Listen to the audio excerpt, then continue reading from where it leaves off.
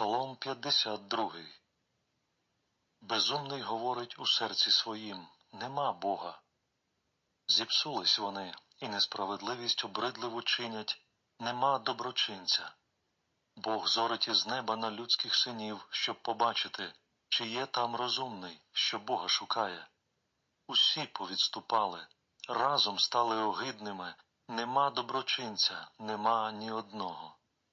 Чи ж не розуміють оті, хто беззаконня вчиняє, що мій люд поїдають? Вони споживають хліб Божий та не кличуть його. Тоді настрашилися страхом вони, хоч страху не було, бо розсипав Бог кості того, хто тебе оточив був, ти їх посоромив, бо ними погордував Бог. Аби то він дав із Сіону спасіння Ізраїлеві. Як долю свого народу поверне Господь, то радітиме Яків, утішатися буде Ізраїль.